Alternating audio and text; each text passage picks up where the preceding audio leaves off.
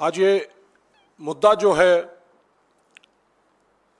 वो election commission of India को जो बीजेपी ने लगातार कंप्लेंट्स दी गई, ऑब्जर्वेशंस दी हैं, उसके ऊपर हमारे कांग्रेस प्रेसिडेंट को ईसीआई ने एक लेटर लिखा है। उसके तहत उन्होंने कहा है कि पैरा 20 सेक्शन 9 उन्होंने कहा है, ईसीआई ने ऑब्जर्वेशन दी है, साथ साथ निर्देश भी दिए हैं कि स्टार कैंपेनर्स पॉलिटिकल प्रोपेगेंडा के समय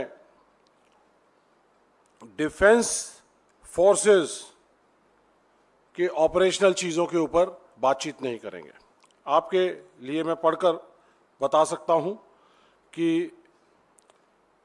दे have asked star campaigners to refrain from indulging in any political propaganda involving activities of defense forces and not to make potentially divisive statements regarding socio-economic composition of defense forces। Modi ji जब जब फंसते हैं तो वो कोई ना कोई सहारा ढूंढते हैं। पहले वो डिफेंस का सहारा ढूंढते थे, डिफेंस फोर्सेस के पीछे जाकर छुपते थे, और अब इलेक्शन कमीशन ऑफ इंडिया के जरिए एक डायरेक्शंस इशू करवाई गई है। इसके साथ साथ मैं आपका ध्यान मॉडल कोड ऑफ कंडक्ट इसके अंदर model code of conduct for the guidance of political parties and candidates, general conduct, इसके बारे में पैरा नंबर 2 ये बड़ा क्लियर कहता है, criticism of other political parties when made shall be confined to their policies and programs, past record and work। तो हम जो बात कर रहे हैं वो सिर्फ और सिर्फ पॉलिसी के बारे में बात कर रहे हैं। हमारी डिफेंस फोर्सेस तीनों सेनाएं सक्षम हैं, बहुत बेहतरीन काम कर रही हैं, हमारे बॉर्डर्स को सेफगार्ड कर रही हैं, नेशनल सिक्योरिटी बहुत बढ़िया है, लेकिन उनके हाथ कमजोर करने का काम मोदी सरकार ने किया है। अग्निपथ जैसी एक योजना लेके आए जिसके तहत वो अनट्रेन्ड सोल्जर्स को देश की सेनाओं में भेजने का काम कर रहे हैं। अग्निपथ योजना एक पॉलिसी है और हम इस पॉलिसी को चैलेंज कर रहे हैं, बार बार उठा रहे हैं। पिछले 1 साल से लगातार हम हर प्लेटफॉर्म पर हर जगह बता रहे हैं कि ये देश की सुरक्षा के लिए हितकारी नहीं है, देश की सेना के लिए, देश के सैनिकों के लिए और देश के युवाओं के लिए हितकारी नहीं है। जब ये किसी की भी हितकारी नहीं है तो ये एक पॉलिसी पैरालिसिस है। इस पॉलिसी को हम चैलेंज कर रहे हैं, करते रहेंगे, और जब 4 जून को हमारी सरकार बनेगी तो हमने अपने न्याय पत्र के अंदर शामिल किया है कि हम अग्निपथ योजना को डिफेंस सेक्शन के अंदर हमने कहा है कि कांग्रेस अग्निपथ योजना को खत्म कर देगी। हमारे सभी स्टार प्रचारक इसी बात का जिक्र हर जगह, हर प्लेटफॉर्म पर कर रहे हैं कि ये योजना, ये स्कीम, ये पॉलिसी सुरक्षा के लिए, सैनिकों के लिए, सेनाओं के लिए सही नहीं है। इसलिए इसको जाना होगा और इसको खत्म करना होगा। ये हमारे उस समय के chief of army staff general Naravane ने अपनी किताब के अंदर इसका जिक्र किया है और कहा है कि अग्निपथ योजना हमारे सबके लिए, तीनों सेनाओं के लिए एक तीनों सेनाओं के लिए ये शौक के तौर पर आया था। इसका मतलब ये योजना सेनाओं से या उनसे पूछकर लागू नहीं की गई थी। ये योजना प्रधानमंत्री कार्यालय में आनन फानन में बनाई गई और उसको लागू किया गया। तो ये एक पॉलिसी है, ऑपरेशनल एक्टिविटी नहीं है। ये मैं आप लोगों को सबको इस बारे में बताना चाहता हूं कि ऑपरेशनल एक्टिविटी क्या होती है। हमारी फोर्सेस काम कर रही हैं और उनके ऊपर हम टिप्पणी करें, उनके ऑपरेशंस का फायदा उठाएं या फिर हम उनके ऑपरेशंस के नाम पर वोट मांगे। और यह काम हमारे मौजूदा प्रधानमंत्री मोदी जी ने 2019 के इलेक्शन के अंदर बाखूबी किया, जब पुलवामा में हमारे 40 जवान शहीद हुए थे और उसके बाद बालाकोट के अंदर स्ट्राइक की गई थी। तो मोदी साहब ने चुनावी रैलियों के अंदर कहा कि फर्स्ट टाइम वोटर्स के वोट क्या हमें मिल सकते हैं, क्या उन शहीदों के नाम हो सकते हैं, क्या पुलवामा के शहीदों के नाम हो सकते हैं या फिर बालाकोट की स्ट्राइक के नाम हो सकते हैं। ये वीडियो मैं आपको दिखाना चाहूंगा, आपकी यादों को तरोताजा करना चाहूंगा। मोदी जी ने 2019 की चुनावी रैलियों के अंदर ये वीडियो लगातार अपनी चुनावी रैलियों में कहा था।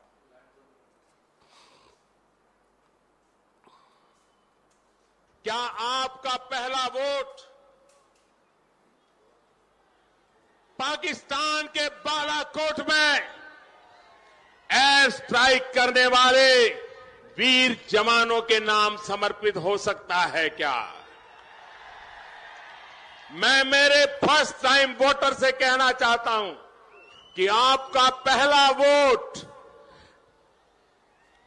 पुलवामा में जो वीर शहीद हुए, उन वीर शहीदों के नाम आपका वोट समर्पित हो सकता है क्या? मैं फर्स्ट टाइम वोट। तो साथियों, ये है सेनाओं के काम करने के ऊपर आप वोट मांगते हैं, उनकी एक्टिविटीज के ऊपर वोट मांगते हैं। हमारी देश की सेनाएं 1947 से लेकर आज तक 1948 में, 62 में, 71 में, कारगिल युद्ध के अंदर सब जगह बेहतरीन प्रदर्शन करते रहे, कभी उसके ऊपर वोट नहीं मांगे गए। लेकिन आज मोदी जी फंस गए हैं, उनके पास इस अग्निवीर योजना लाने का कोई भी तर्क नहीं है। ग्रामीण इलाकों के अंदर सब जगह उनके स्टार प्रचारकों से पूछा जा रहा है कि आपने अग्निवीर योजना क्यों लाए, तो आज उनके पास तोड़ नहीं है, एक भी लाभार्थी नहीं है उनके पास। हर योजना का लाभार्थी दिखाते हैं लेकिन इस योजना का कोई लाभार्थी नहीं है। तो मोदी जी आप फंस चुके हैं। इसके साथ साथ जो मॉडल कोड ऑफ कंडक्ट है और ईसीआई की गाइडलाइंस, वो कहती हैं कि हम न्यू पॉलिसीज के बारे में बात कर सकते हैं, हम होप आगे आने वाले समय में क्या करेंगे उसकी होप के बारे में बात कर सकते हैं। तो हम अपने देश की सेना को, सुरक्षा को और युवाओं को और सैनिकों को यह होप देना चाहते हैं कि कांग्रेस पार्टी 4 जून को सरकार बनाएगी तो अग्निपथ योजना को रद्द करेगी और अग्निपथ योजना के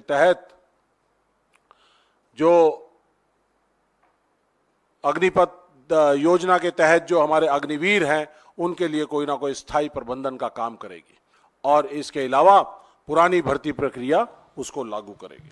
तो साथियों, हमारे को सबको यह जानना जरूरी है कि अग्निपथ योजना जो है ये देश की सुरक्षा के लिए डैमेजिंग है। इसने हमारे देश में 2 तरह के क्लासेस फौज के अंदर, यूनिफॉर्म के अंदर पैदा कर दिए हैं, जिसको हम बोलते हैं हैव्स और हैव नॉट्स। कुछ वंचित जो अग्निवीर हैं और कुछ लोग वो जो रेगुलर सैनिक है, जो शहादत के समय पे उनको सब चीज मिलेगी। दो तरह के सैनिक, एक सैनिक जिसकी सैलरी 21,000 दिल्ली के मिनिमम वेज 22,000 है, उससे भी कम क्या उम्मीद रखते हैं उससे, और 4 साल की नौकरी, 17 साल में भर्ती, 21 साल में रिटायर। ज्यादा से ज्यादा उम्र सीमा 21 साल की है, 21 साल में भर्ती और 25 साल में रिटायर। तो ये हमारी operational preparedness, operational efficiency, operational efficacy, उस सारी चीज के खिलाफ है, हमारे देश की सुरक्षा को कमजोर कर रही है।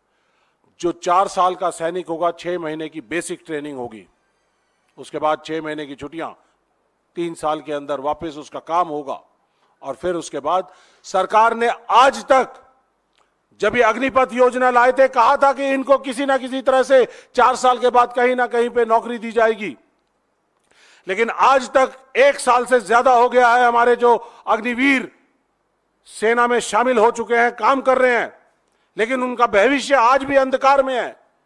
यह नहीं मालूम कि उनको कहां कहां पे एब्जॉर्ब किया जाएगा। आज तक सरकार का कोई नोटिफिकेशन नहीं है कि 25% को एब्जॉर्ब किया जाएगा, 75% का क्या होगा। हमारे देश में रेगुलर सैनिक के तौर पे 75,000 हर साल भर्तियां होती थी, उसको कम कर कर इन्होंने 46,000 कर दिया, और अग्निवीर भर्ती कितने हुए? 40,000, और 40,000 में से 5,000 छोड़कर चले गए तो 35,000 बचे। तो साथियों, आज ये हालात हैं कि हमें 2.5 फ्रंट बैटल लड़नी पड़ रही है। पाकिस्तान का 1400 किलोमीटर का बॉर्डर, 3800 किलोमीटर का चाइना का बॉर्डर, 6500 किलोमीटर की समुद्री सीमाएं, और उसके बाद इंटरनल सिक्योरिटी। हमें रेगुलर सैनिक चाहिए देश की सुरक्षा को चाक और चौबंद रखने के लिए। हमें 4 साल के सैनिक नहीं चाहिए जिनका भविष्य भी अंधकार में है। जब सैनिक सरहद पर खड़ा होता है तो उसको मालूम होता है कि मैं देश के लिए कुर्बान हो रहा हूं, तो मेरे पीछे मेरा देश, मेरे परिवार का, मेरे बच्चों का, सबका ध्यान रखेगा। और अग्निवीर जब शहीद होता है तो अग्निवीर के शहीद होने पे सिर्फ मात्र 4 साल तक उसको पूरी सैलरी मिलती है, और उसके बाद कुछ भी नहीं, ना पेंशन है, ना ग्रेच्युटी है, ना एक्स सर्विसमैन का बेनिफिट है, ना शहीद का दर्जा है, और तमाम तरह के जो बेनिफिट एक रेगुलर सैनिक को दिए जाते हैं वो नहीं है। और रेगुलर सैनिक को 15 साल तक लगातार तनख्वाह मिलती है, परिवार को फुल सैलरी, फिर पेंशन, फिर ग्रेच्युटी, एक्स सर्विसमैन का दर्जा, शहीद का दर्जा, शिक्षा में बहुत सारे बेनिफिट्स, और तमाम और तरह के जितने भी बेनिफिट्स रोजगार के लिए या किसी भी चीज के लिए, परिवार के लिए, पूरा देश उसके लिए खड़ा है। तो साथियों,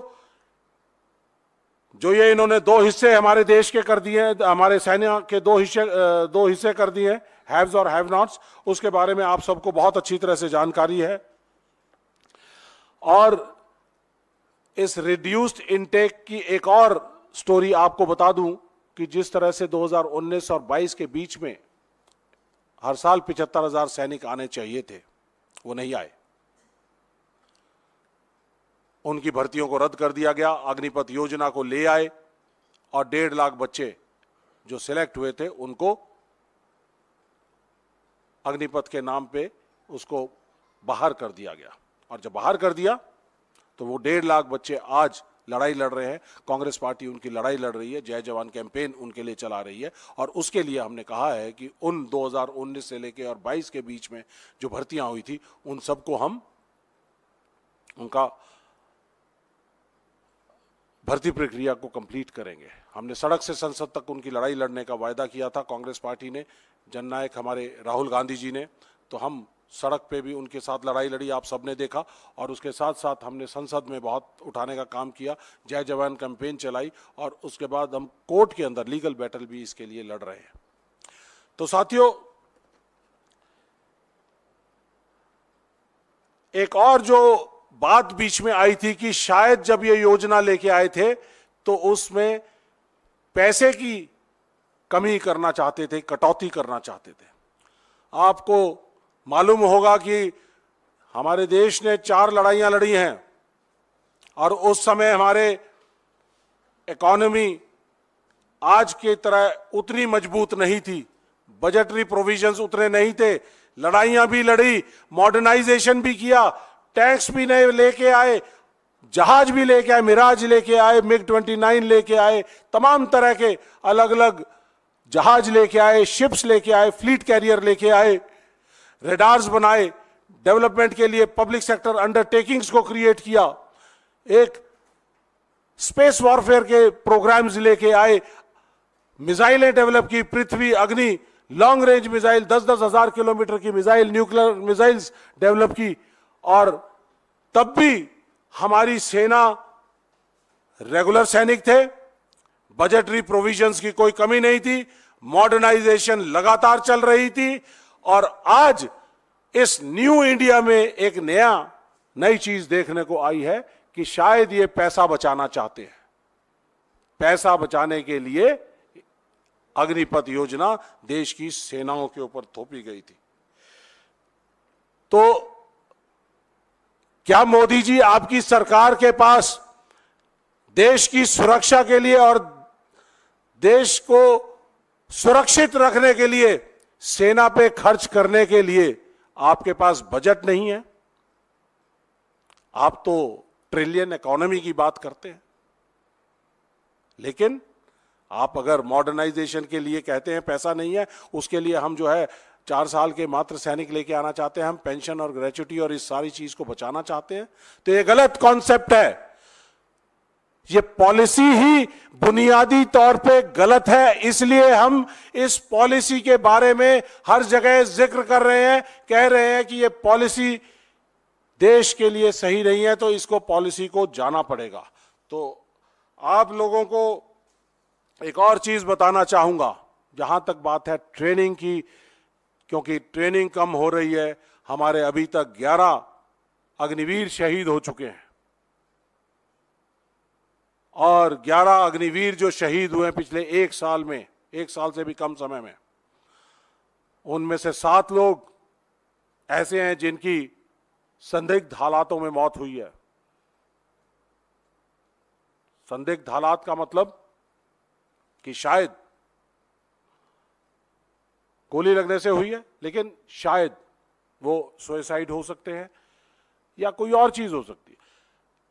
जब आप फौज की ट्रेनिंग को छोटा कर देंगे, 1.5 साल बेसिक ट्रेनिंग होती है, मेंटली रोबस्ट सोल्जर तैयार करते हो, फिजिकली रोबस्ट सोल्जर तैयार करते हो, ऑल वेदर सोल्जर तैयार करते हो, तो उसके अगर ट्रेनिंग को कम कर देंगे तो हो सकता है कि वो मेंटली उतना रोबस्ट सोल्जर तैयार ना कर पाओ, जो कि देश की सुरक्षा के लिए तकलीफदेह है। और इसीलिए सेना ने एम्प्लॉयबिलिटी रेस्ट्रिक्शंस निकाली कि हमारे देश के जो अग्निवीर हैं उनको, क्योंकि वो फुली ट्रेन नहीं है, तो इसलिए हम उनको ऑल वेदर सैनिक के तौर पे इस्तेमाल नहीं कर सकते, इंडिपेंडेंटली कहीं अकेले डिप्लॉय नहीं कर सकते, हार्श कंडीशंस में नहीं डिप्लॉय कर सकते और सेंसिटिव लोकेशंस के अंदर नहीं डिप्लॉय कर सकते। तो ये कैसे सैनिक हम तैयार कर रहे हैं? और अब जो फीडबैक आ रहा है, अभी आपने देखा होगा रिसेंटली, अगर आप लोग फॉलो कर रहे हैं, तो सेनाओं ने कहा, सेनाओं के बीच में से बात आई कि एक सर्वे किया जाए कि इनकी ट्रेनिंग का ऑडिट हो, ट्रेनिंग कैसे हो रही है, क्या हम जो चाहते थे वैसे हम सैनिक तैयार कर पा रहे हैं, क्या इनटेक ठीक हो पा रहा है, क्या, और तमाम तरह की समस्याओं को लेकर एक इवैल्यूएशन के लिए सर्वे किया जा रहा है। यह सर्वे इस स्कीम को लाने से पहले करना चाहिए था, पायलट प्रोजेक्ट करना चाहिए था, जो उन्होंने नहीं किया। हमारी देश की सेनाओं पे पहले अग्निपथ जैसी योजना ये थोप दी जो सेनाओं ने नहीं मांगी थी। और आज आप 1 साल के बाद, क्योंकि समस्याएं यूनिटों में आ रही हैं, समस्याएं आ रही हैं, तो अब उसके ऊपर सर्वे करना चालू कर रहे हैं। और अब एक और नई चीज इन्होंने ऐड की है कि जो जवान हमारे भर्ती होंगे उन जवानों का साइकोलॉजिकल टेस्ट भी किया जाएगा। तो ये तमाम तरह की चीजें हैं जो आप सब लोगों के बीच में लेके जानी चाहिए। तो साथियों, जहां तक बात है इलेक्शन कमीशन ऑफ इंडिया की, उन्होंने जो डायरेक्शंस दी हैं हमको उनको पूरी तरह से फॉलो करते हुए सेनाओं के कार्य के ऊपर, कार्यक्रम के ऊपर, सेनाओं के काम करने के तौर तरीके के ऊपर, ऑपरेशनल प्रिपेयर्डनेस के ऊपर या उनकी एक्टिविटीज के ऊपर हम कोई बात नहीं करते हैं। लेकिन पॉलिसी बनाना लेजिस्लेचर का बेसिक काम है, रिस्पॉन्सिबिलिटी एंड ड्यूटी है। तो ये पॉलिसी प्रोविजंस का मैटर है, इसलिए हम इसको लगातार इस बात को, इस पॉलिसी को, अग्निपथ को की पॉलिसी को उठाते रहेंगे। और जो पॉलिसी देश की हितकारी नहीं है, सुरक्षा की हितकारी नहीं है, सेना की हितकारी नहीं है, तो उसको हमने स्क्रैप करने का, खत्म करने का फैसला किया है। और इस फैसले के साथ हम अडिग हैं, देश की सेनाओं के साथ हैं, देश के सैनिकों के साथ हैं, और उनके काम और जुनून उसको सलाम है। धन्यवाद।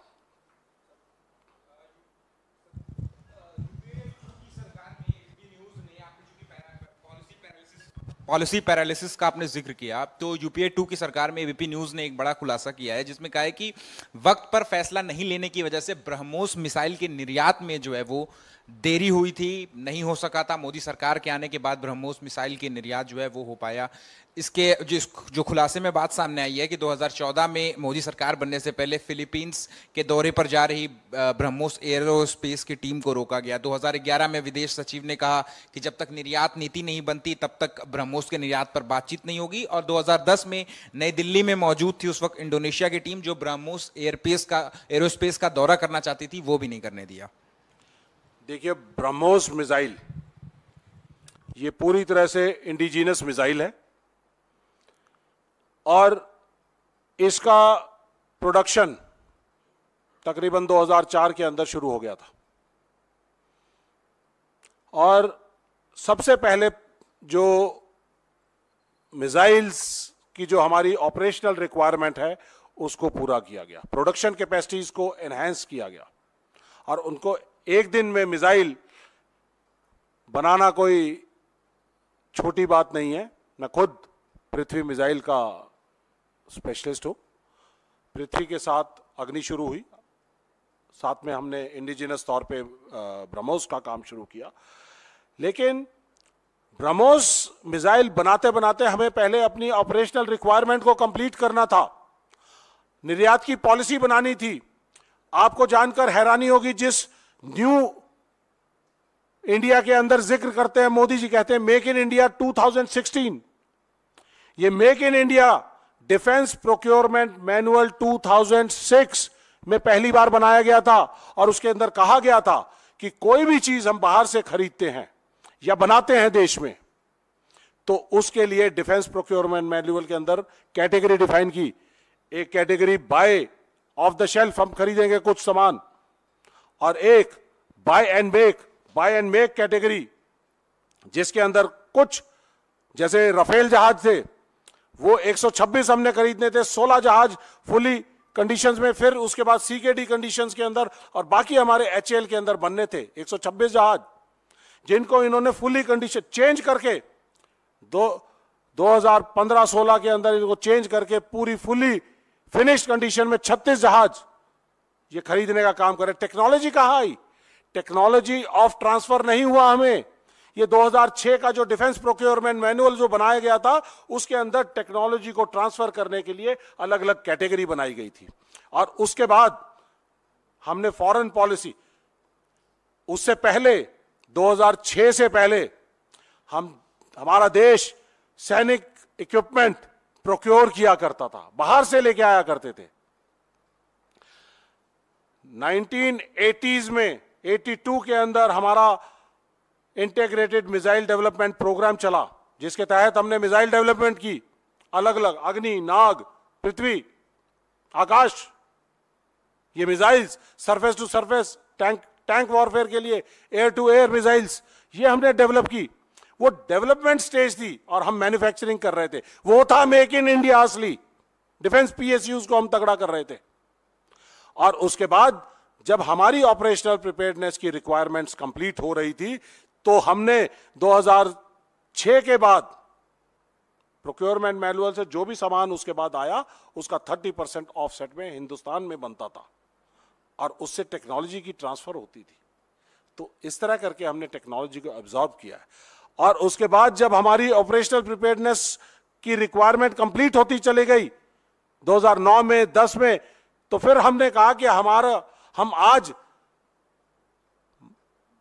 डेवलप्ड कंट्रीज की तरह, रशिया की तरह, अमेरिका की तरह हम निर्यात भी कर सकते हैं, हथियारों का निर्यात कर सकते हैं। हमने बर्मा के पास भी भेजा, हमने फिलीपींस के पास भी भेजा। और ये ब्रह्मोस मिसाइल वाला जो आपने सवाल पूछा है, ये भी निर्यात की पॉलिसीज, हमारी कई लेवल ऑफ डिस्कशंस, टॉक्स हुई है, उसके बाद जाके ये ब्रह्मोस की पॉलिसी और निर्यात पॉलिसी जो है वो बनी है।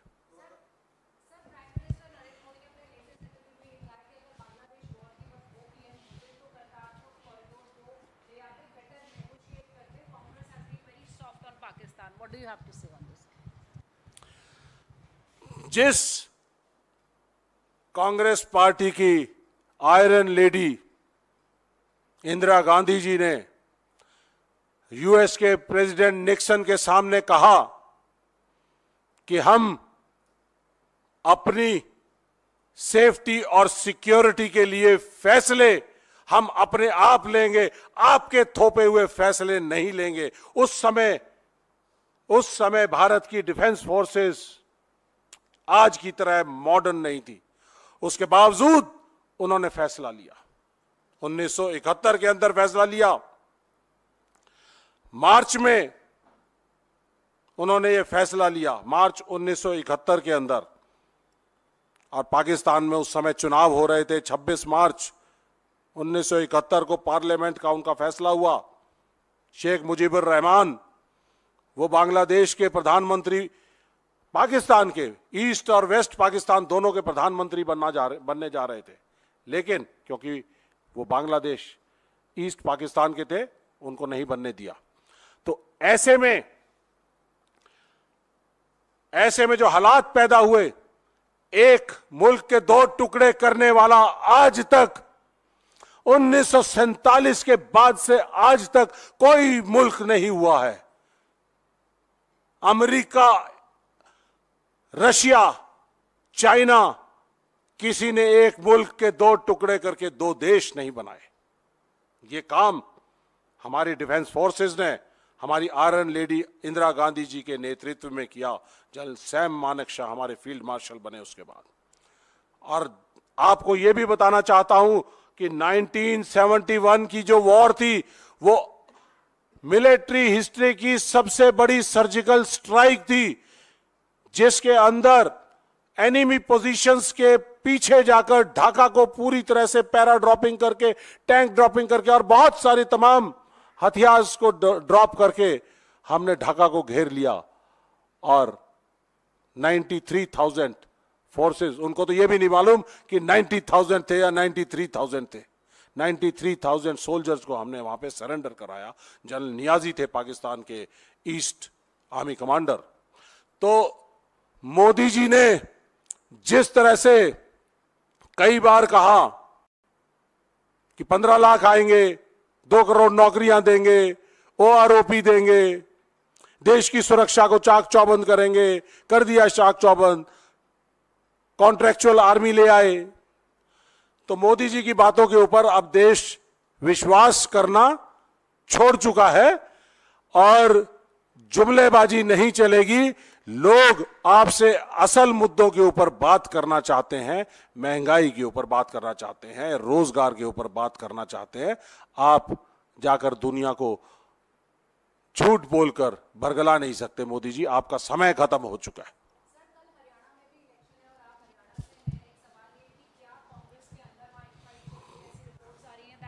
Congress is divided between two camps, especially in Haryana. Haryana के लोगों ने फैसला कर लिया है, हरियाणा के लोग चुनाव लड़ रहे हैं, कांग्रेस पार्टी के फेवर में लहर है और आप 4 जून को देख लीजिएगा, जब फैसला आएगा तो सबके जो टीका टिप्पणियां सब बंद हो जाएंगी। कांग्रेस पार्टी 10 की 10 सीट जीतने जा रही है। मैं पिछले कई दिनों से हरियाणा के एक एक लोकसभा क्षेत्र के अंदर जाकर मैंने प्रचार किया है, सैनिकों के, पूर्व सैनिकों के प्रोग्राम किए हैं। और ये जो अग्निपथ योजना और हमारे जो 5 गारंटियां हैं, ये जंगल की आग की तरह फैल चुके हैं, हर घर के अंदर प्रोलिफरेट कर चुके हैं और एक ही मत बाहर निकल कर आ रहा है कि कांग्रेस पार्टी को 10 की 10 सीटें जिताकर भेजनी है। तो ये बीजेपी और बाकी लोग कुछ भी कह सकते हैं, इन फाइटिंग की बात कर सकते हैं और बहुत सारी बातें कर सकते हैं, लेकिन उनका हरियाणा से जाना तय है।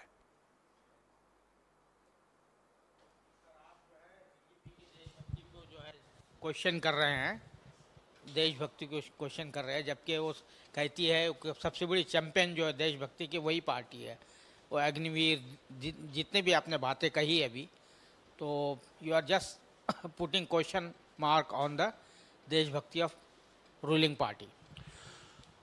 जी, मोदी जी का राष्ट्रवाद, मोदी जी का देश प्रेम, मोदी जी का सेना के प्रति जो प्रेम है, वो सिर्फ यूनिफॉर्म पहनकर दराज में, कारगिल में, सियाचिन में जाकर उनके साथ चाय पकौड़ा खाने का या उनके साथ खड़े रहने का है। लेकिन जब वो वापस आते हैं, आपको याद होगा, आपको याद दिलाना चाहूंगा, 29 सितंबर 2017 को उड़ी में जो अटैक हुआ था, उसके खिलाफ सर्जिकल स्ट्राइक की गई थी और 30 सितंबर को वापस आकर मोदी जी ने सबसे पहला काम किया था, डिसेबिलिटी पेंशन को खत्म करने का काम किया था। मात्र एक दिन बाद। यह उनका देशभक्ति है, यह उनका सेना का प्रेम है। उसके बाद हम लोगों ने प्रोटेस्ट किया, वापस लेना पड़ा उनको। लेकिन अब फिर दोबारा से 6 महीने पहले उन्होंने दोबारा से अटेम्प्ट किया कि जो डिसेबिलिटी पेंशन है उसको दोबारा से खत्म करने का काम किया। उसको डिसेबिलिटी पेंशन के डिसेबिलिटी एलिमेंट को इंपेयरमेंट रिलीफ बना दिया, टैक्स के दायरे में ले आए। 70 साल से जो काम नहीं हुआ, उसको, हमारे सैनिकों को डिसेबिलिटी पेंशन जो मिलती थी वो टैक्स फ्री मिलती थी, उसको टैक्स के दायरे में ले आए, पहली बार लेके आए, खत्म करने का काम किया है। तो ये उनका राष्ट्र प्रेम है। अगर उनका राष्ट्र प्रेम होता तो क्या वो देश में 4 साल के सैनिक लेके आते? चाइना ने हमारा 20,000 स्क्वायर किलोमीटर का जो डीमिलिटराइज जोन है उसके ऊपर अनऑथराइज ऑक्यूपेशन कर चुके हैं और 22 लेवल की जो टॉक्स हैं मिलिट्री कमांडर लेवल की, वो हो चुकी है। लेकिन मोदी जी ने अभी तक, या बीजेपी की सरकार ने, उसको एविक्ट कराने के लिए अभी क्या एक्शन लिया है? पॉलिटिकल पैरालिसिस है। ये सेना का नहीं है, ये डीमिलिटराइज जोन वो जोन है, 10 किलोमीटर का जोन है, जिसके अंदर ग्रेजिंग लैंड्स भी हैं, जिसके अंदर हम भी जा सकते हैं, वो भी पेट्रोलिंग करते हैं। लेकिन अब वहां कोई स्ट्रक्चर्स नहीं खड़े हो सकते। अब ऐसा हुआ है मोदी जी के, पहली बार मोदी जी की सरकार में, इनके न्यू इंडिया में, स्टैंड अप इंडिया में, कि वो डीमिलिटराइज जोन को आकर चाइनीज काफी एरिया को ऑक्यूपाई कर चुके हैं। हमारी सेनाएं सक्षम है। अगर पॉलिसी ये बनाए तो हमारी सेनाएं, जिस तरह से उन्होंने डोकलाम में चाइनीज को रिपल्स कर दिया था, बाहर निकाल दिया था, गलवान में उनको बाहर निकाल दिया था, तो ऐसे ही वो बाकी इलाके 20,000 स्क्वायर किलोमीटर के इलाके से चाइनीज फोर्सेस को निकालने में सक्षम है। लेकिन नेतृत्व में कमी है मोदी साहब के। डिसीजन मेकिंग में कमी है। अगर वो डिसीजन करें तो हमारी सेनाएं सक्षम है कि उनको वापस डीमिलिटराइज जोन उनसे वापस ले लिया जाए। बड़ी से बड़ी खबर, क्राइम से लेकर राजनीति तक किस नेता ने 5 साल में क्या काम कराया।